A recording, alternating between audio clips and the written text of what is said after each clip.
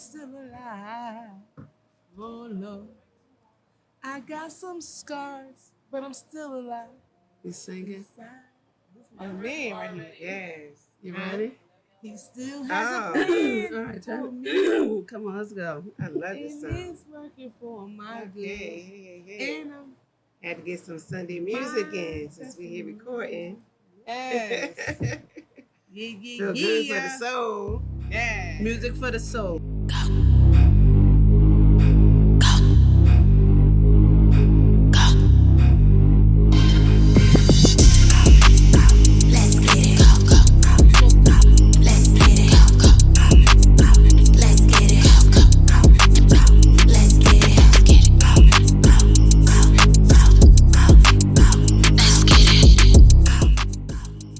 Hey, y'all. We are back again with episode number 9.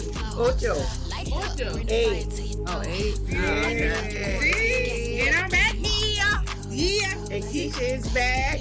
My buddy. Welcome back, Keisha. Welcome back. And Welcome Sam back. is not here. He had an emergency, so he'll be here for the next one. Missing you, Sam. Yeah, missing I don't know how I'm going to Sam. survive today, but we're going to try. But yeah, we'll try, right? Mhm. Got some good Well, I'm not topics, going to too. say that, Sam, but I'll see you next week. Mm-hmm. Be safe wherever you are. Yes. Be safe. Y'all, we got so much to get into. How was everybody's week? Hard. It was stressful Yeah. due to me coming back from vacation. So it was a long week, Did work pile up on you since you? a whole lot. Oh, okay. Mhm. But my team held it down. Yeah. Okay. That's one thing I can commend them on. I was like, woo, okay. But it was still, work as usual. Yeah. So All right, good. Yeah, my week was okay. I'm just still relaxing. Nothing unusual. Oh, okay. That's right.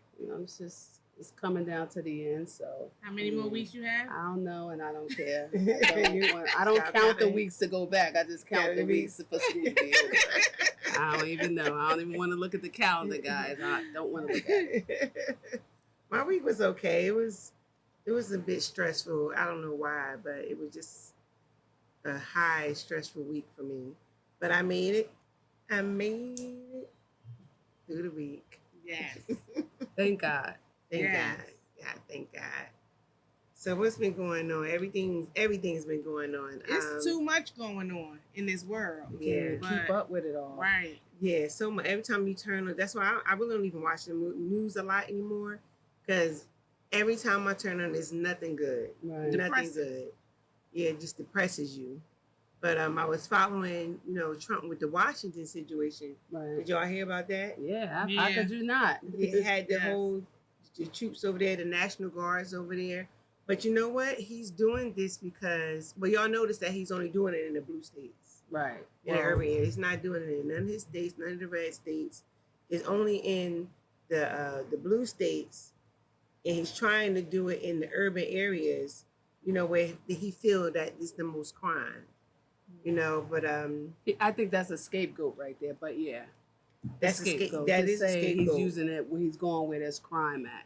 But you know what? I was digging more into that, and a lot of stuff that he's doing now is really treason mode. Mm-hmm. And for those of you who don't know the actual meaning of treason, it's the crime of betraying one's country, especially by attempting to kill the sovereign or overthrow the government, which is everything that he's trying to do.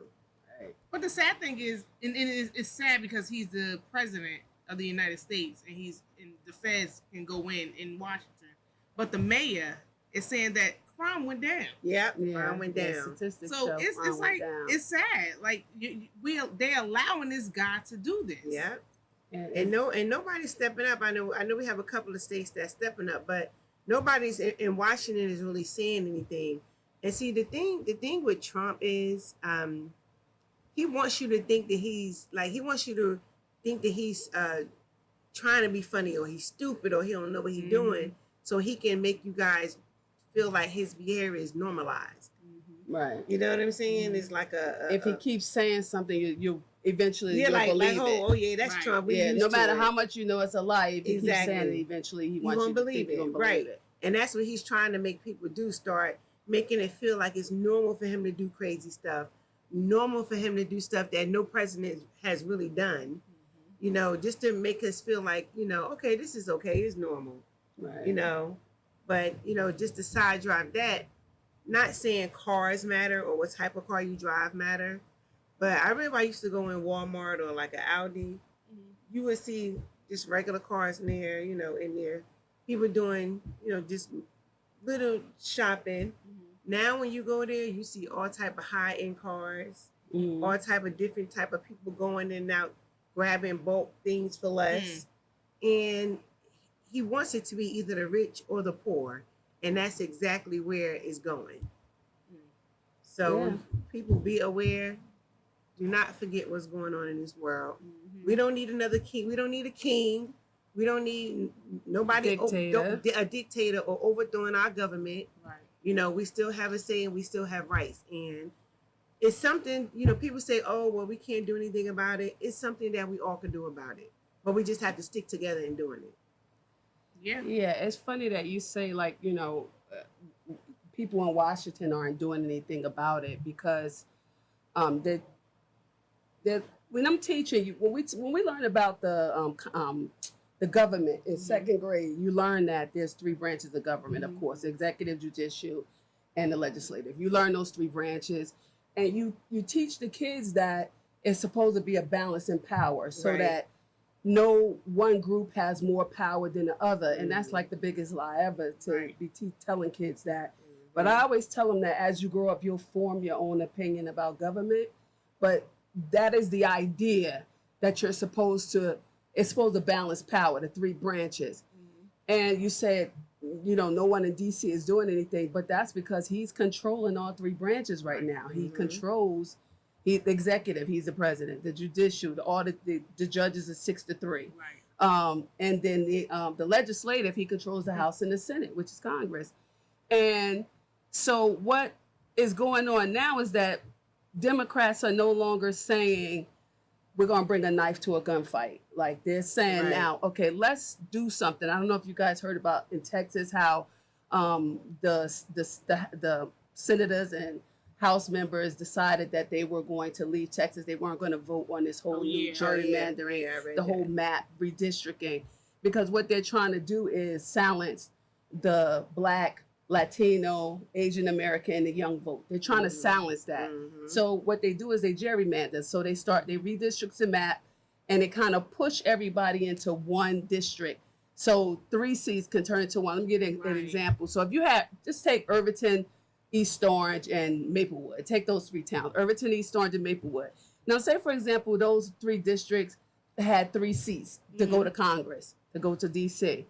What they're trying to do is take those 3 cities, Irvington, Maplewood, and East Orange, and put them together to make 1 seat. That's crazy. Okay, they kind of like pack them in. So they find the Democratic districts, and they kind of like pack them in and turn it into one, instead of having these 3 seats that usually go.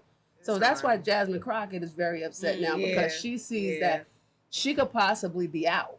Yeah. You know, and they said, we're not going to vote. And they won the first step of it, but I don't know how long that's going to last. But now California jumps into it. Yeah, which is good. Governor Newsom says, well, Texas, if you're going to do it, we're going to do it too. Because we're not going to lose these seats come 2026 when the midterms come. By the way, guys, the midterm elections in November 2026 is very important you go out and vote for that. But anyway, this is the time.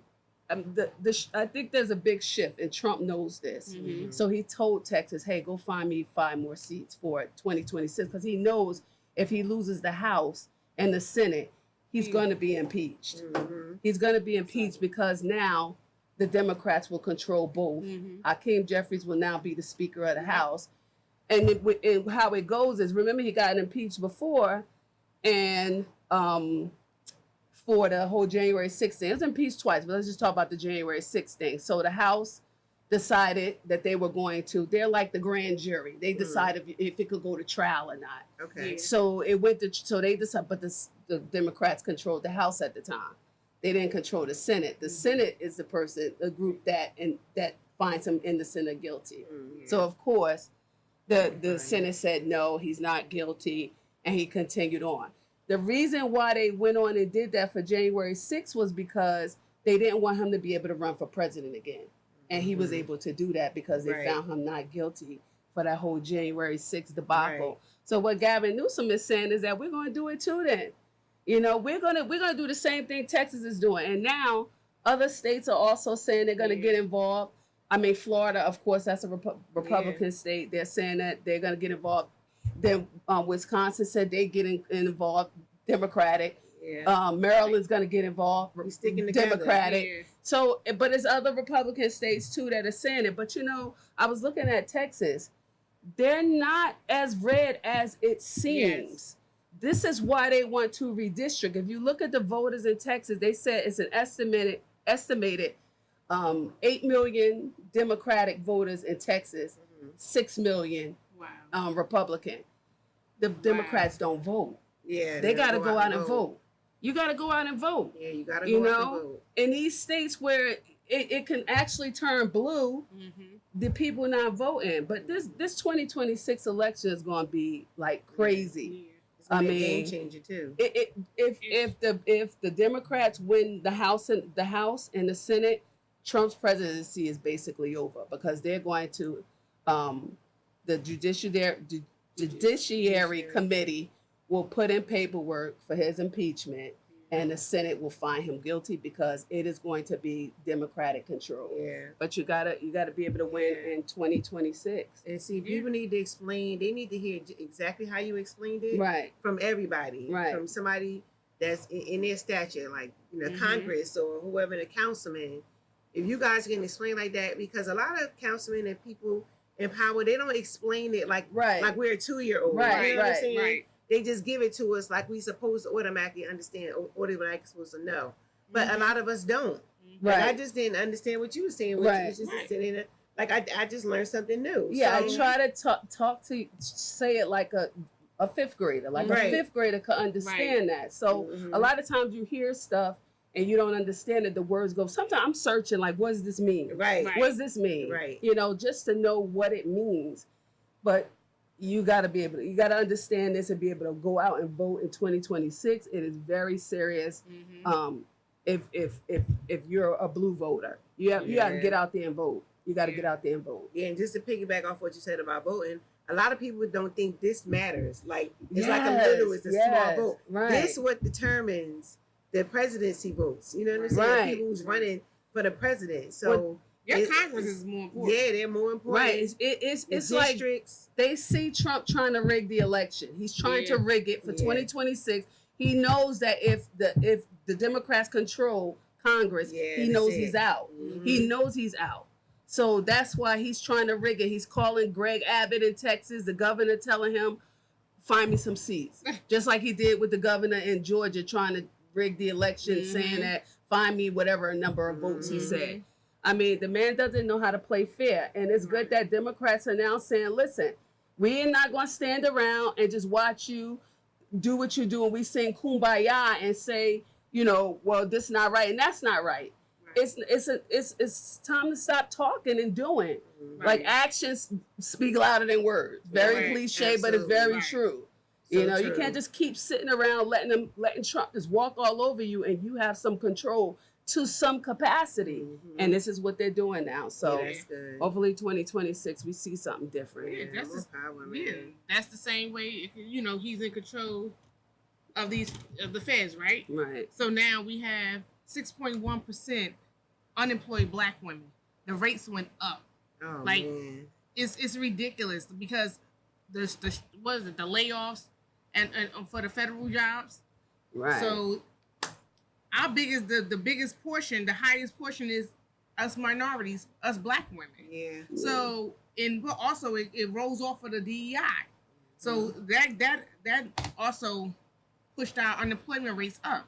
So okay, it's like it's scary because as a black woman, you wonder like, okay, am I next? You know, so I don't know. Right. This is like, I don't know what's going on with the government.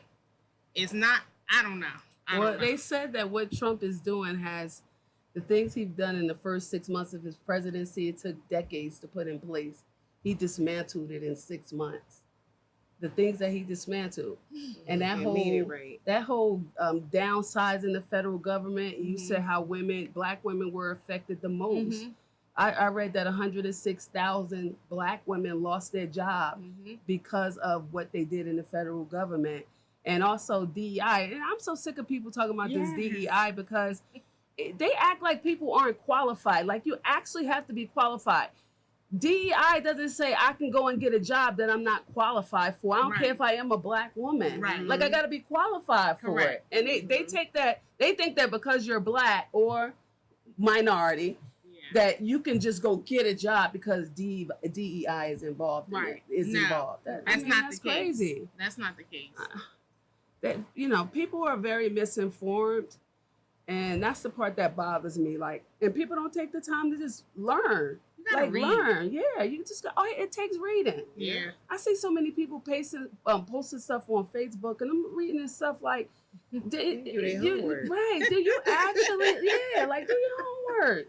Like you just say whatever. Like anything that I ever post, I'm always looking at the information first, and then I can say I feel comfortable enough to go post this. You know, but people don't do that. They don't always do that. Yeah, that's crazy. I know a lot. I'm back. See how we vibe? Exactly. Y'all vibing all right. Don't do that stuff. I ain't say nothing. Because I'm on you. I ain't say nothing. Last week she rushed me off the phone. I didn't rush you off the phone. That was Jermaine, but okay. You rewind the tape. Right. Play that because it's right there in the tape. I did not rush you off. Speaking on last week with the last episode, my mom calls me. She goes, "Oh, why does Steph say that? Don't undress in front of Steph. Just don't do that, Mom. Don't worry about me. Don't worry about me. I don't have no problem with them. It's a joke. Because if it was a problem, I'd be telling them, listen, it's a problem. I have no problem telling them anything I feel. Steph leave out. She go on that balcony. She be like, okay, they getting dressed. Okay. She don't pay no attention. She'll pay us no attention. I definitely don't. But I like messing with them. That's why I always say that. I always tell them nothing but love. And she gets mad at me a lot too. Oh God. No, I don't. No, I don't. Past gas when we was in. Oh God. Why you gotta bring up old stuff? Why you bringing up old stuff? Oh God. Because Keisha got the witness your wrath. That's why. Keisha got the what? Stephanie, she just so sweet. No. 70s. Don't listen to them, my sweet. Don't listen to them. I was going through. We was all in a nice Airbnb. It was like a boutique hotel, and it's just a quick story because I know we got other stuff to do. But so me and Keisha in the room, step outside. She in the the common living area with a TV, everything is. So me and Keisha just happened to walk out to where she was, and I just had to pass gas. She gets mad because I had to pass gas. Why you coming here and do that? You could have held that until you went back. Why you ain't pass gas in there? But so I'm just saying. Jermaine. I ain't even gonna respond. It doesn't even. Some things don't call for a response. Don't let her, her little. Some things don't call for a response. I think that moved I choose my battles wisely. That moved to her anxiety. I choose my battles very wisely. That's not even worth the response. Oh, so good. That's not a battle right now. I'm good. I'm just saying, y'all. but getting back on subject again, I didn't realize that was how many black women lost their jobs. Yeah, it was a lot. Just off the federal government. That's just federal government. That's crazy. And it's not. But we're a small portion. Yeah. But it was 12%. Yeah.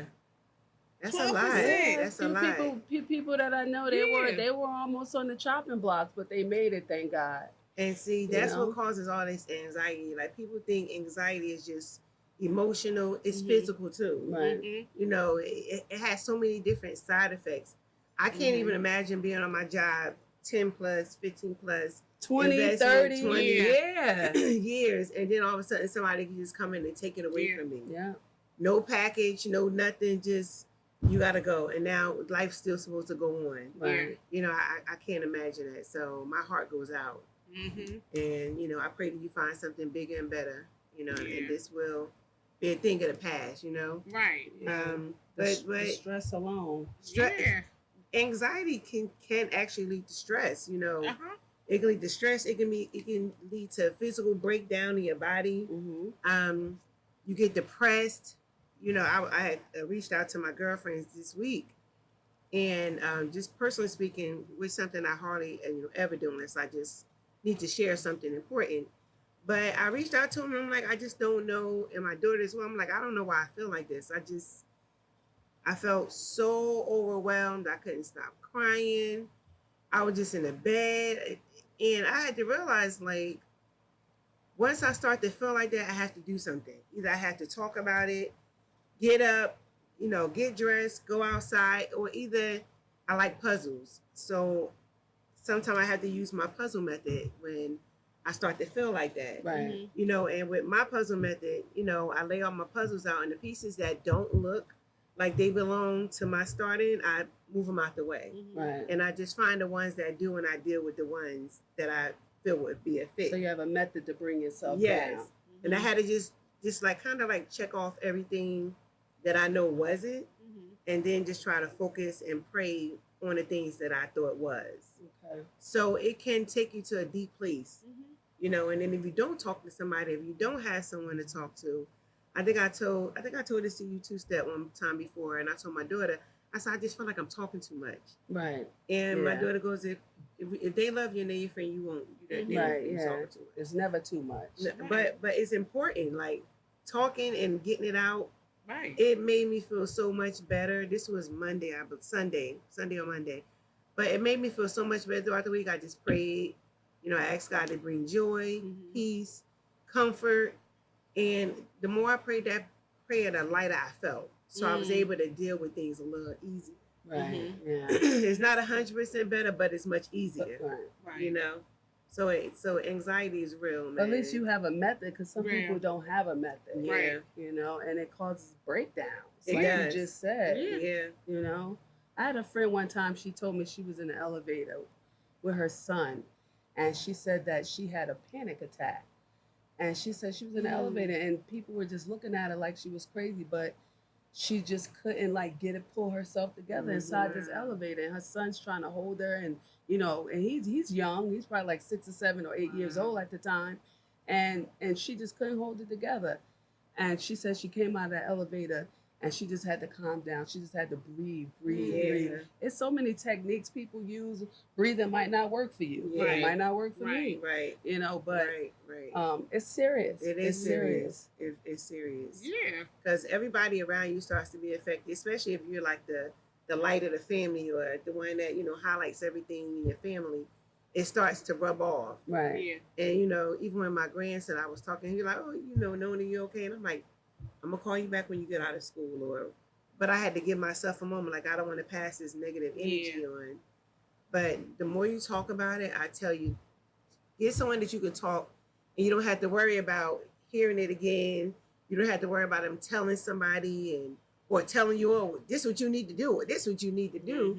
Talk to somebody that you can just talk to. They don't have to even respond. Right. And that you can confide in. And then whatever you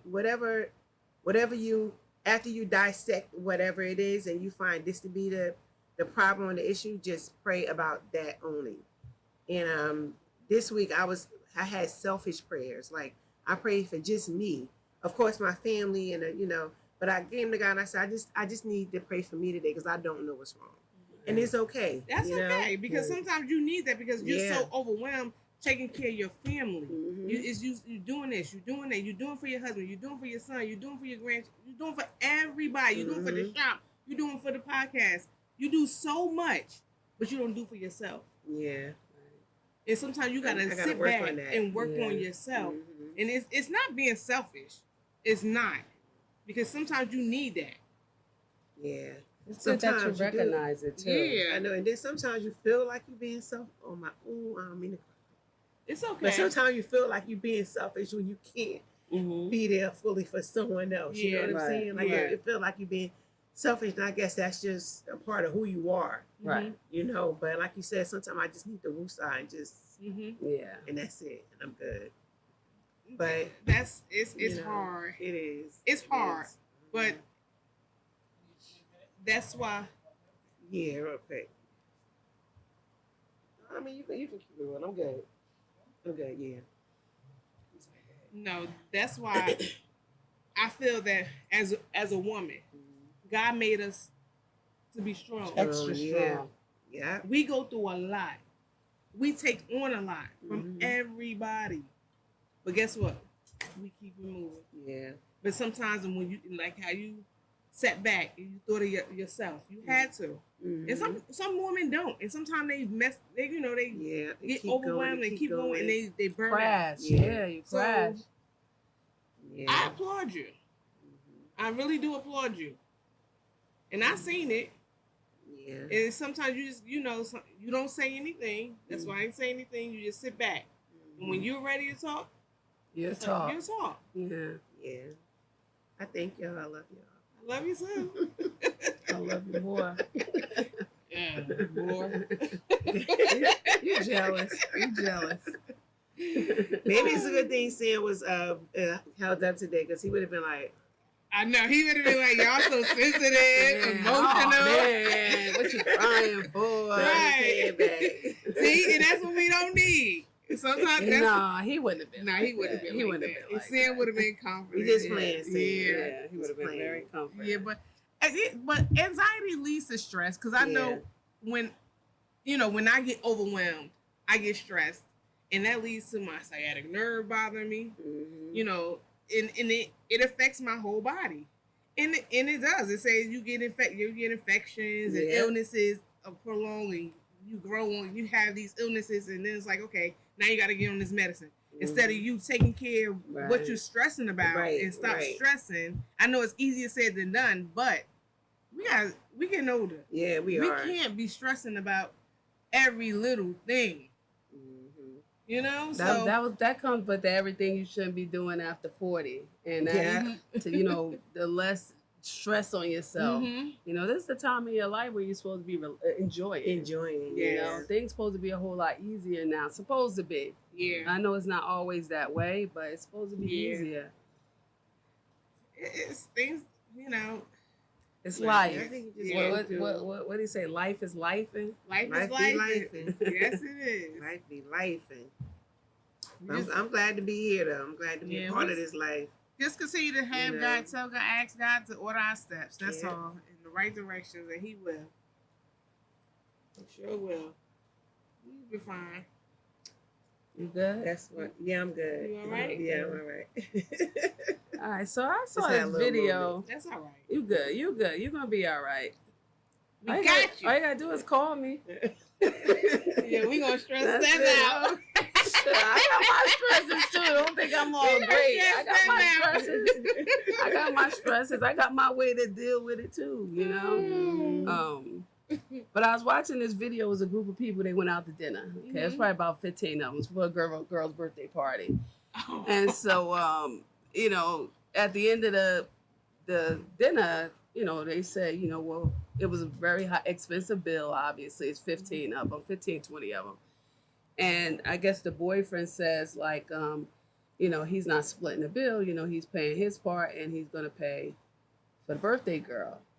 And the friends were upset, that he wasn't going to be splitting the bill with them.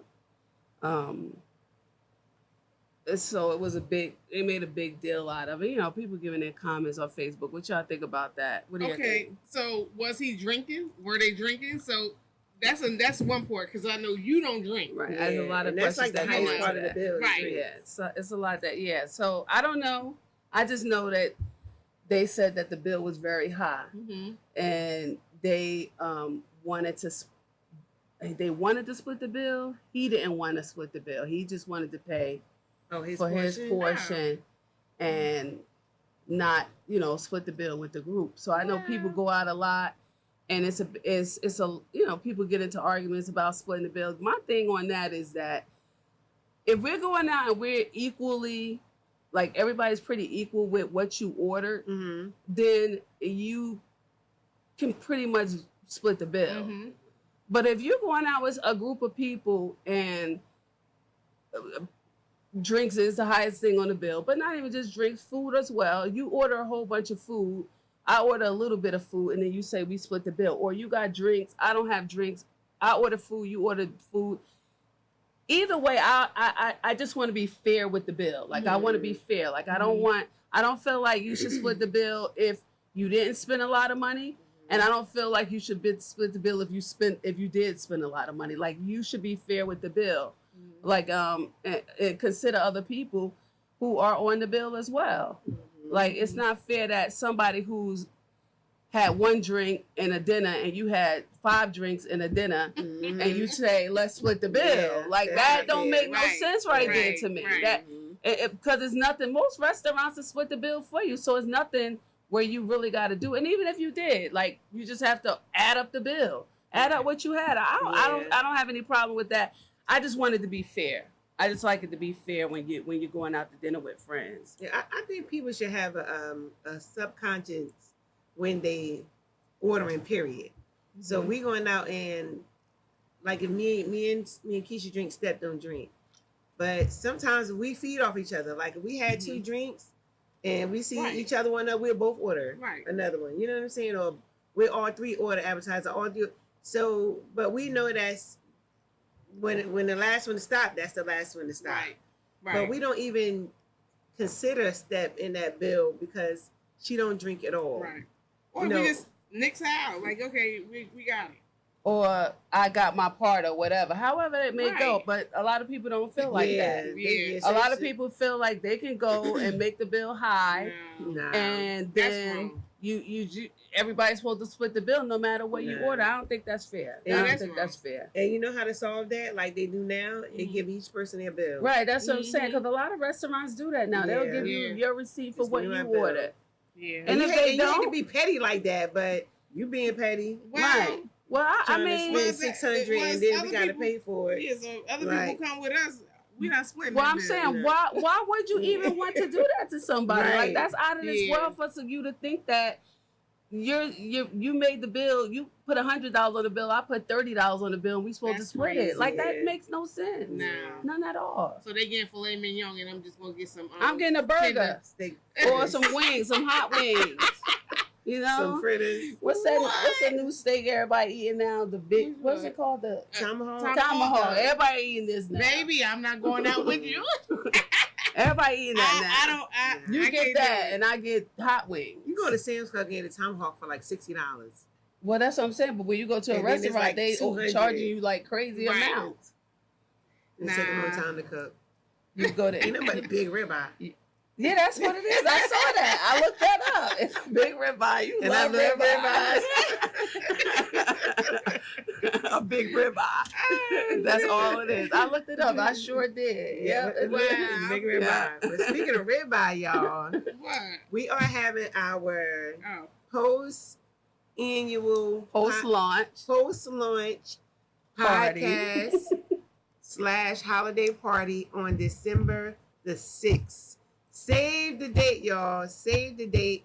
The tickets are $55. They're going to be available September 1st. We're going to give you all the details on how to get them online. Put our information up so you guys can, we're going to have actual tickets too. So if you want to, we have a meeting place for you to come and get tickets as well. But it's going to be nice. Semi-formal. You get to dress up. Have a good time. We're going to have an hour Q&A. Yeah. Come meet your cast. Yeah. Come meet us. And I'm gonna have a special for people who are buying tickets from me. Every 2 weeks, you can send me like $20. You can have it paid up by November 1st. I think that's gonna be at November 15th, somewhere around that time. Gonna be our deadline. Last day, And you can come and have a good time with me. Well, my people, I ain't got that. $55 per ticket. I don't got time to be.